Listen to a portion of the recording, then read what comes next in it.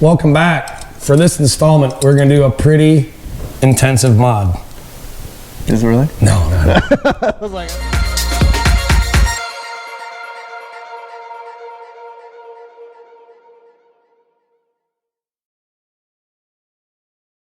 I have a very big pet peeve now that I'm getting to spend some time in the JL.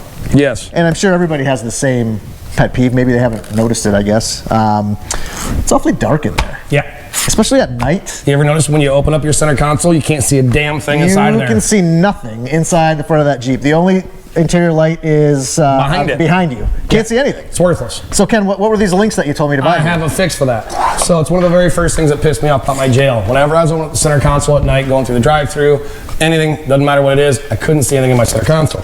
So I jumped on superbrightleds.com. They have LED lights for damn near almost anything you can imagine. So I jumped on there and I got LED lights. These are very tiny. They are actually quite powerful. What I did is I put 4 of them in, and we're going to show you as we install these. I put 1 by each side trim so that like they point down into your lap area.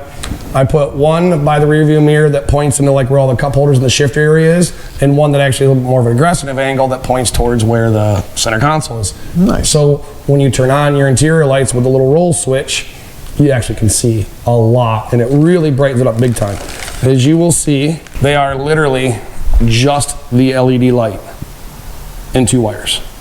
So what I'm going to do is we're going to take the whole interior apart. We're going to drill some holes.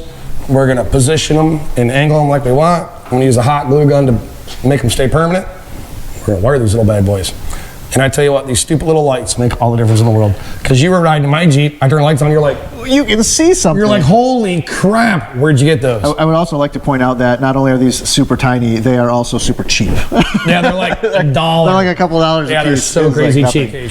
So lighting is cool at night. Yeah. But one of the things Christine, my wife, told me when I bought a Jeep, I told her I wanted to buy a stripped down one. You just like making me do stupid shit. And she's like, I can deal with no power windows, can deal with no power locks. But what can't she deal with, Ken? You. That is true. Yeah, I got you, girl. So, that is entirely I will true. say, if it wasn't for her, I wouldn't be installing these, but just because of her, we'll do this. Well, so she said I can't deal with no heated seats. No heated seats. So we got some seated heat kits. But wait, heated heat kits? Some heated seat kits. Say that one more time. I need to edit that out. Heated seat kits. But wait, there's more, Ken. Oh, there's more. As you can notice, there's 2 packs here. Yeah, I know. Because I'm seeing this does the front seats. So I guess you're gonna make me do all the damn seats, aren't you? This is for the rear seats because, you know, I've got 2 little girls and they'd like to be warm in the winter too. Man, how do you sucker me into doing all this? You know what?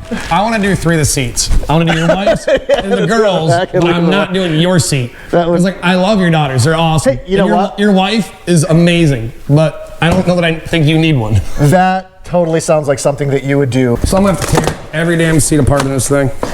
And before we put them together, you know, I do have the cloth, which probably stains a lot easier than the leather does. I don't know. I bought leather. So, you know, we bought some neoprene seat covers. Some new seat covers, courtesy of, where'd I get these from? Rough Country? Are they Rough Country? Rough Country seat covers. Neoprene seat covers, a neoprene seat cover. This was one of the first things that I ordered. I don't remember. I don't think we call those seat condoms. Yeah, I mean, that's a pretty accurate description. Dude, that's about how it feels like putting them on. You're like, this is really horrible. So yeah. So wait, I'm gonna tear all your seats out. I'm gonna tear all your seats down. And most of the interior, so you can wire the lights. Wire the lights. All right, well this is way too much work for me. Eric, you wanna do the lights? I'll do the seats. I'll break the boxes down. And you're going to get tacos. And I'll save the instructions. You shut up.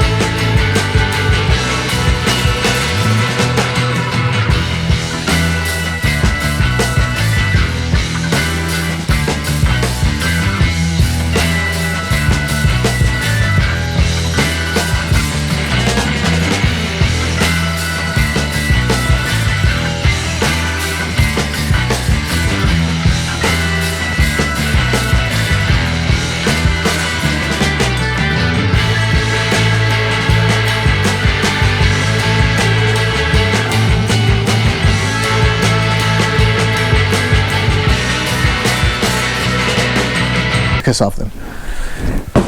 So, while we're here putting these interior lights on, what, did I kick your stuff? That's the most expensive box you don't that think you UPS does more than that?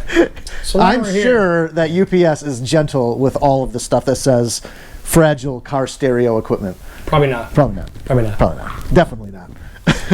So while we're here doing the seat covers and doing interior lights, you know, we took the seats out. We didn't have to, but it makes it easier. Made it a lot easier. And we knew we were going to do all this at the same time. So Bob bought a very basic Jeep, and buying that, you knew you wanted to upgrade. I believe you called it the Chevy Cavalier of Jeeps in a previous video. Well, it fits. It is.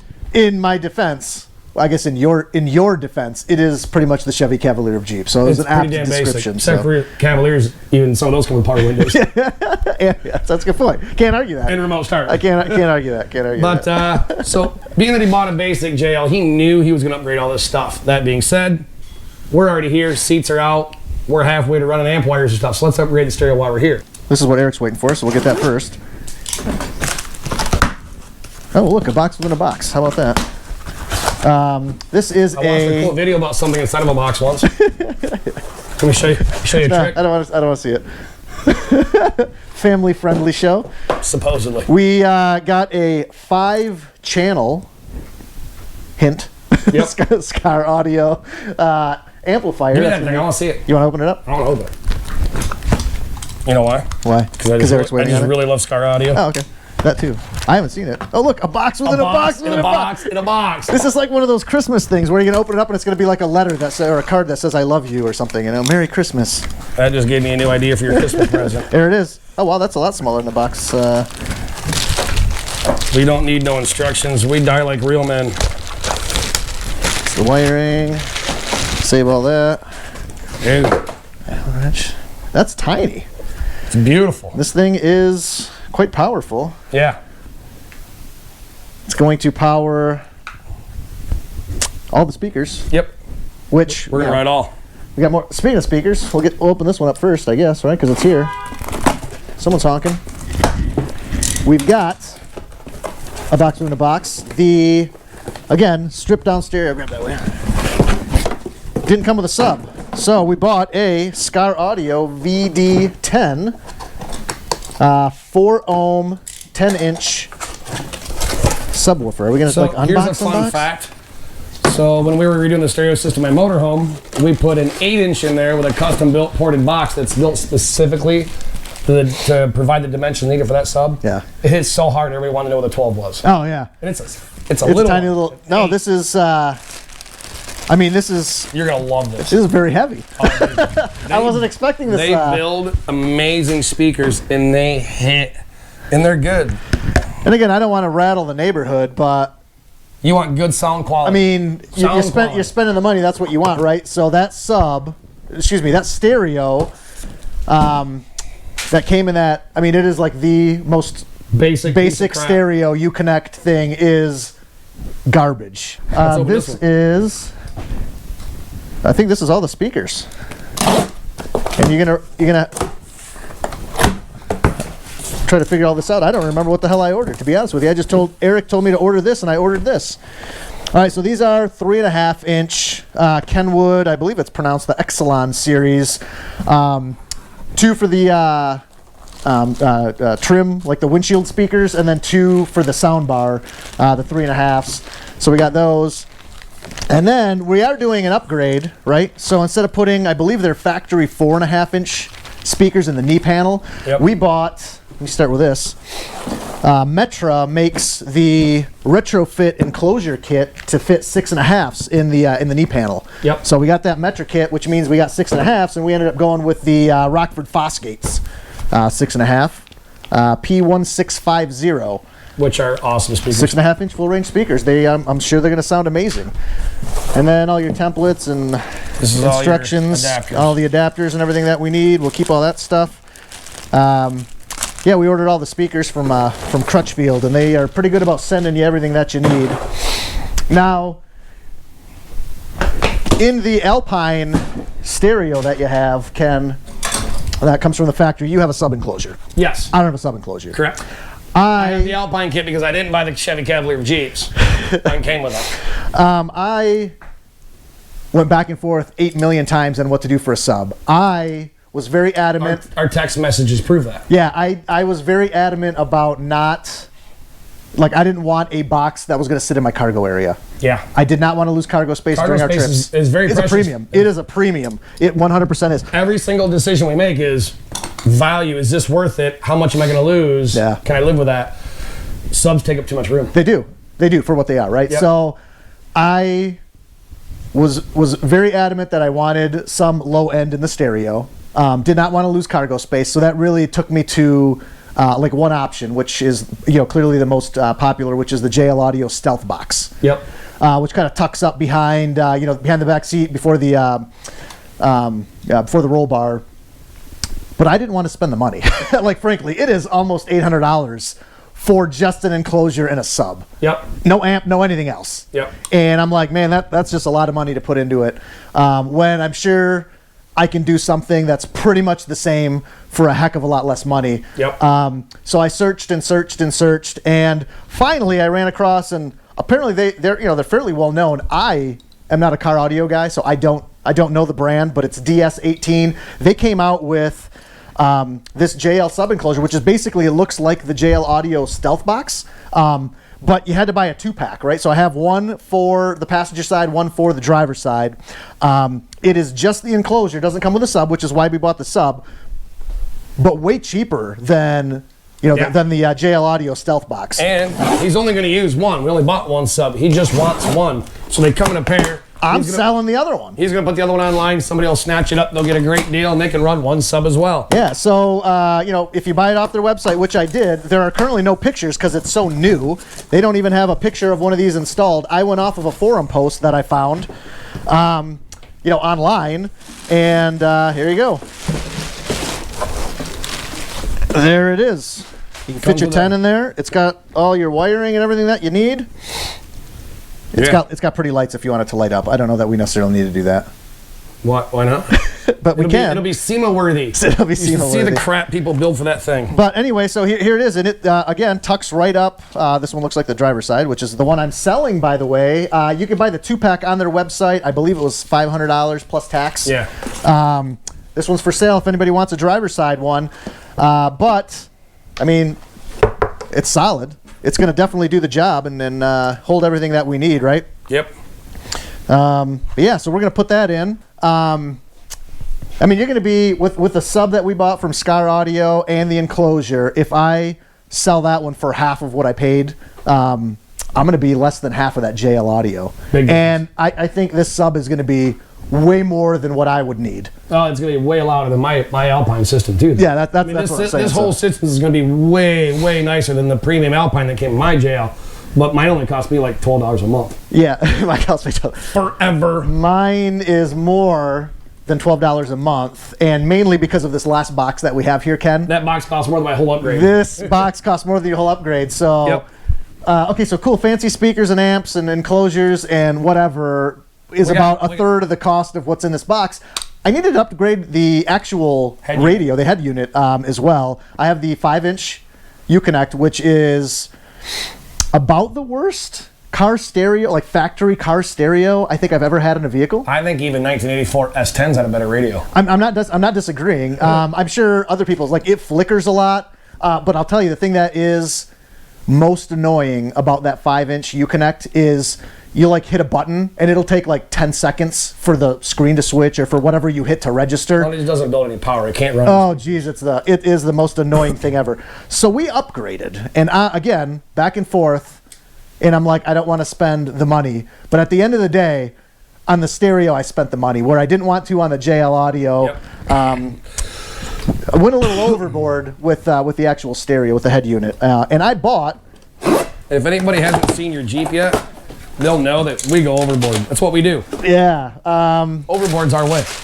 We bought a fancy little thing here called the Stinger Heigh10, which is a 10.1 inch, I believe, or 10-inch factory, or not factory, the 10-inch display. But not only did we get that, we bought the whole install kit, Ken. So this connects to the factory CAN bus and gives you all the navigation and the ability to clear codes and the trim kit and 8,000 modules that you get to, that Eric gets to connect.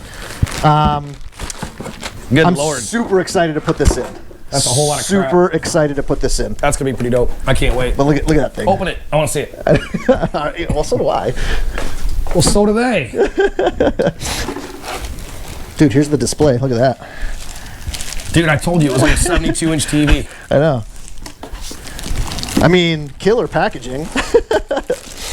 That's the brains of the operation there. This is just the display. It's a modular kit, so you can mount the head unit separate from everything else. That's the mounting kit. Yep. It comes with the trim kit, comes with everything else that we need. Here it is. Oh, I almost dropped it. Holy cow. Dude, look at that. Holy crap. So one of the features of this stereo that I really liked is when you lose the 5-inch Uconnect stereo, you actually use your volume knob, which, you know, probably not a huge concern. I did not want to replace the whole HVAC cable just to get a, excuse me, the thing. I didn't want to replace that whole thing just to get a volume knob. Like a lot of people are doing when they're upgrading to the 7 or the 8-inch screen from the 5-inch. So this one comes with an integrated volume knob, which is quite killer. I mean, it's pretty awesome. I'm pretty fucking excited, to be honest with you. In the pictures, it didn't look like it was like grotesquely large, but as I'm holding this, it's bigger than my freaking tablet. Oh yeah, that thing's awesome. I'm excited to put it in, and it is Sirius XM ready for those.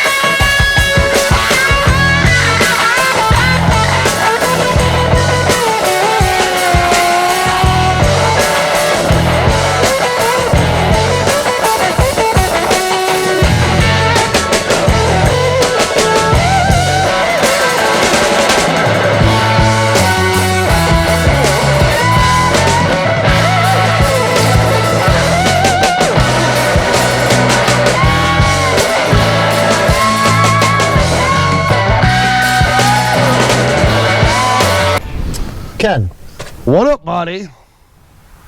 my Jeep's back together, buddy. It looks like a Jeep in here again.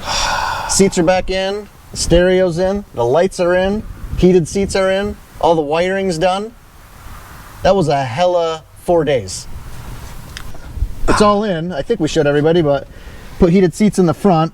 We did an add a switch to the MLC6, so now it's like an MLC8 is what we're gonna call it, I think, for heated seats.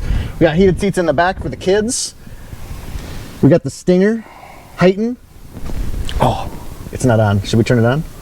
Ken's drawing pictures of what I figured it was going to be because he's 10. We got the interior light mods done. yep. What else we got done? I don't even remember. There was Did so the much kick stuff. panel speakers, the top speakers, the 10-inch car sub. In the DS18 enclosure. We had literally the whole entire interior out of this stupid thing. Yeah. Literally. Everything. I'm not gonna lie. Even the carpet was mostly out. Yes, absolutely. I'm getting so sick and tired of working on your Jeep. You know, I am ready to drive it. Thanks for tuning in. I don't know how many episodes this is going to turn into. There's a ton of footage over 4 days. You're gonna have to cut a lot of the BS out. But that's most of what we do. Is BS. 30-second video. We're done. Second video. Let's go drive this damn thing. All right, tune in next week See ya. for another video of something. Tacos. There will definitely be tacos. Hey, you know what? What about that guy that called us Laurel and Hardy on our YouTube We comments? did. We saw that. That was this week or last week. Dude, don't know I which was one dying am. laughing. Which one am I? Am I the fat one? Is there one that's cuter than the other? Because I'm that one. Well, naturally. I mean, just saying. Naturally. I can't grow hair like you Don't can. make me let my hair down and put on some lipstick. All right, see you next week. See ya.